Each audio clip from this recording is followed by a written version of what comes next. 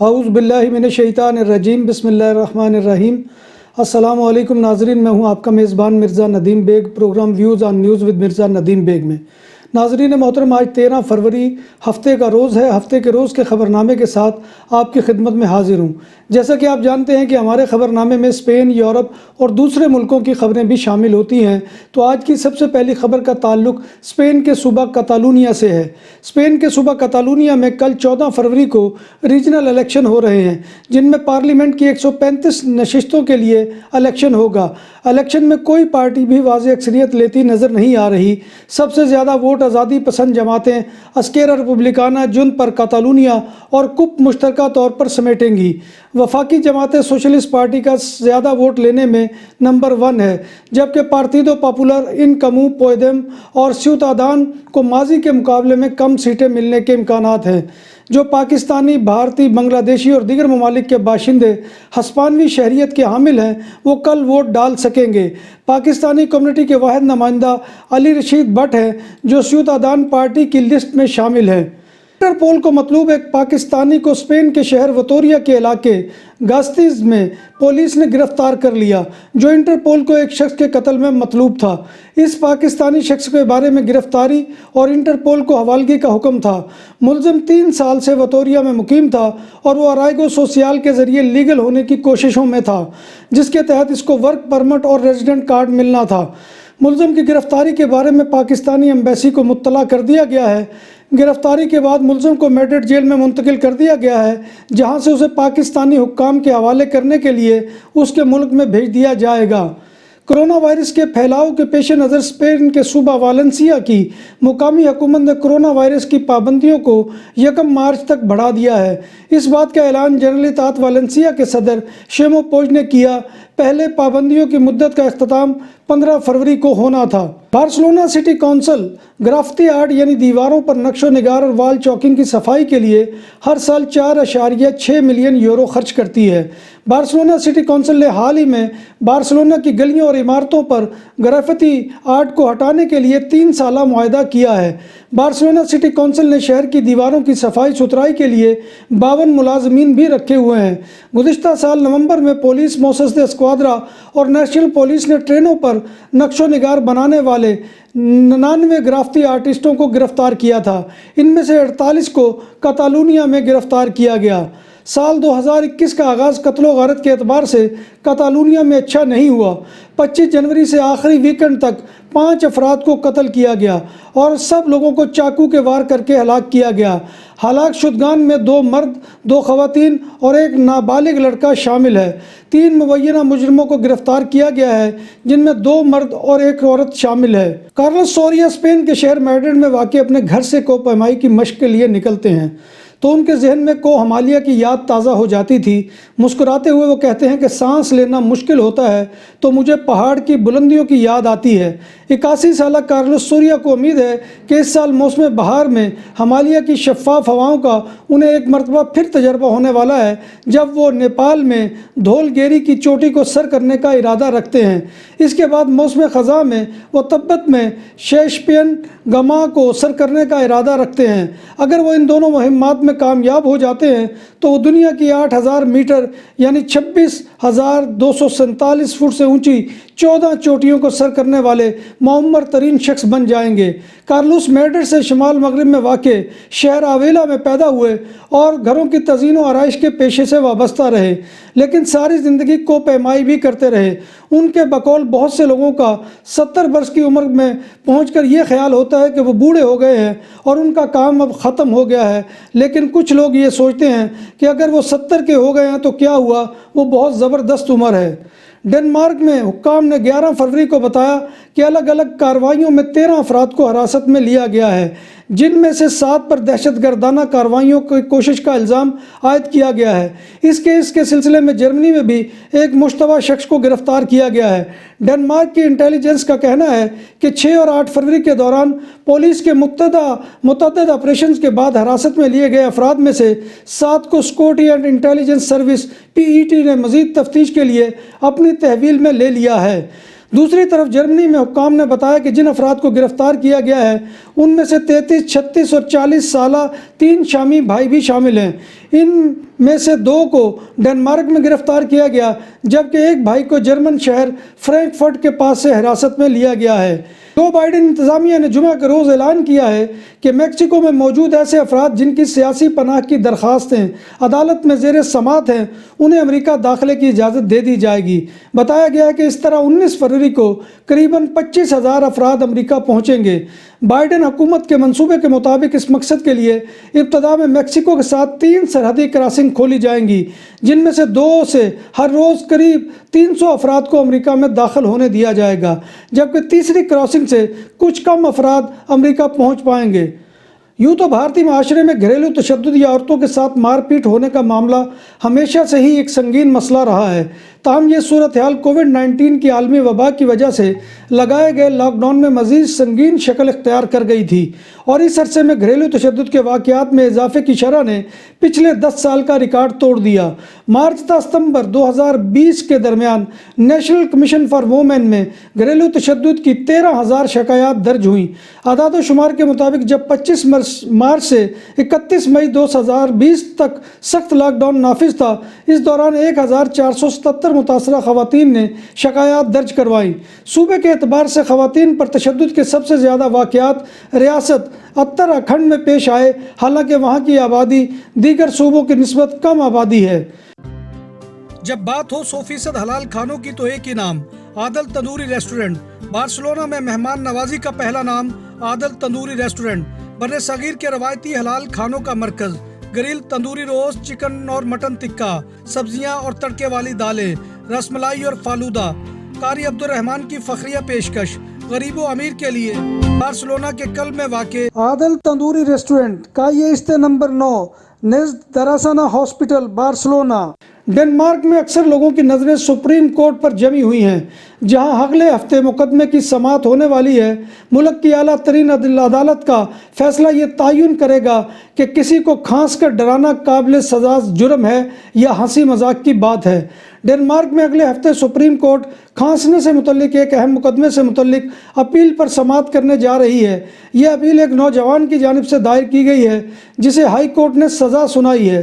نوجوان چاہتا ہے کہ اسے بری کر دیا جائے، جبکہ پروسیکیوٹرز اپنا پورا زور اس بات پر صرف کر رہے ہیں کہ کسی شخص کے سامنے منہ کھول کر کھانسنے یا پھر اسے ڈرانے کے لیے کورونا کا نعرہ لگانے والا یہ ملزم کم از کم 3 سے 5 سال جیل کی سلاخوں کے پیچھے کاٹے، تاکہ اسے نصیحت اور دوسروں کو عبرت حاصل ہو۔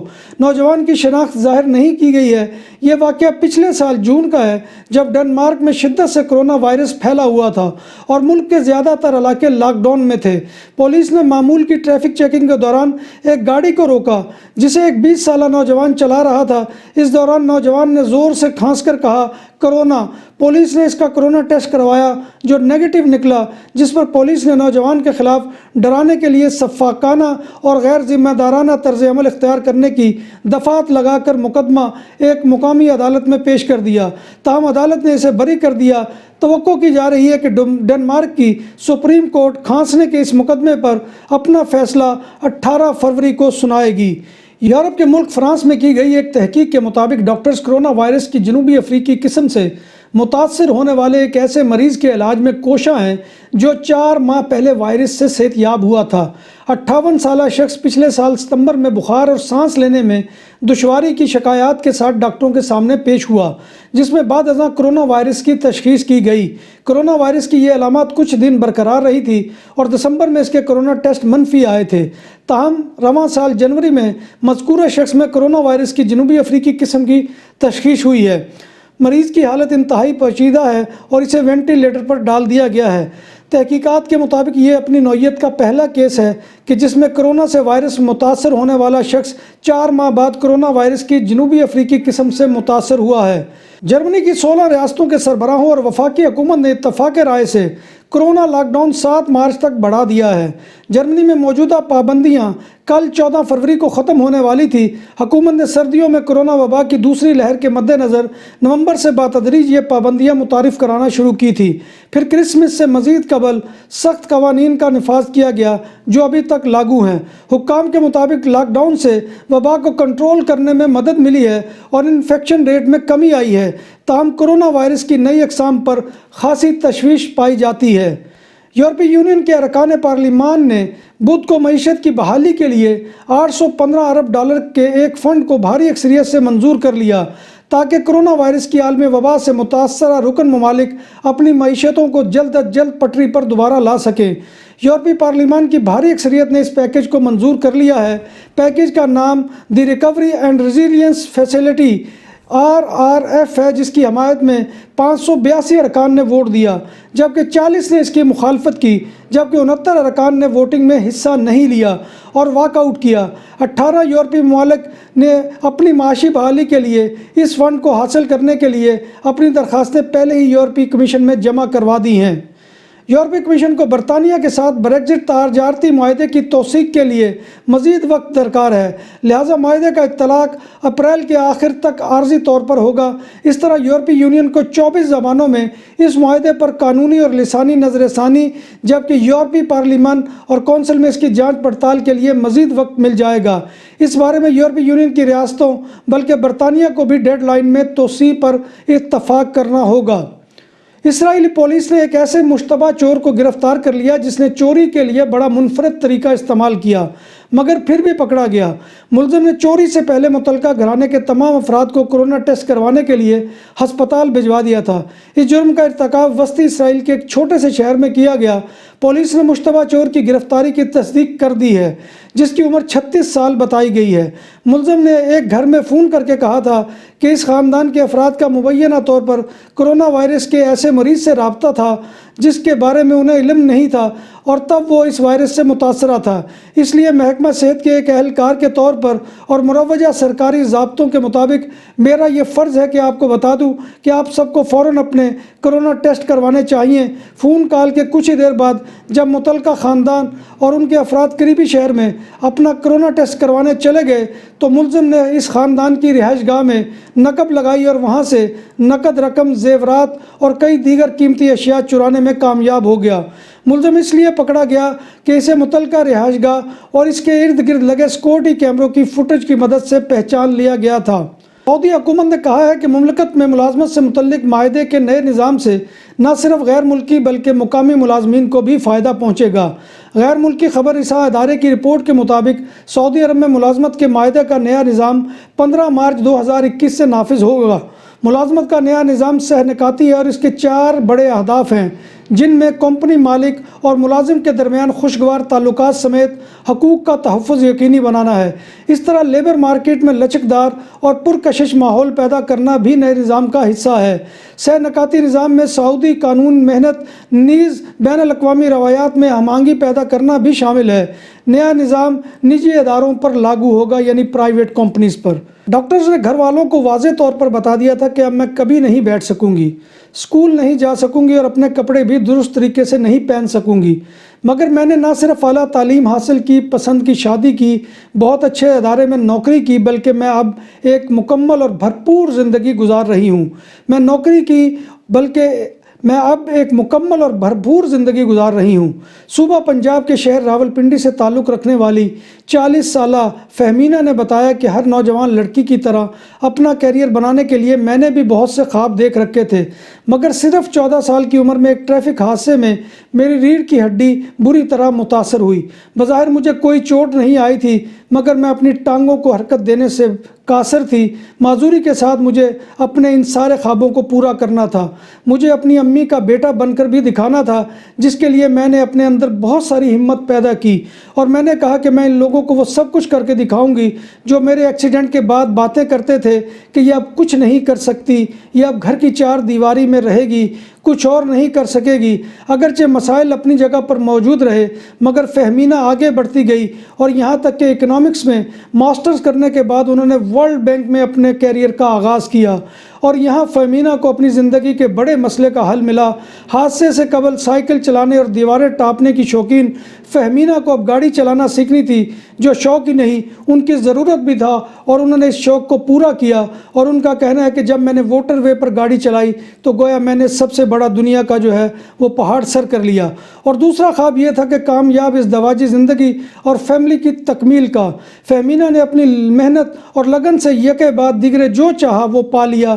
فہمینہ نے اپنی کہانی کو ان الفاظ میں سمیٹا کہ میں نے اپنی معذوری کو خوش دلی سے قبول کیا، اور پھر وہ سب کچھ کرنے کی ٹھان لی جو ایک نارمل یا عام انسان زندگی میں کرتا ہے۔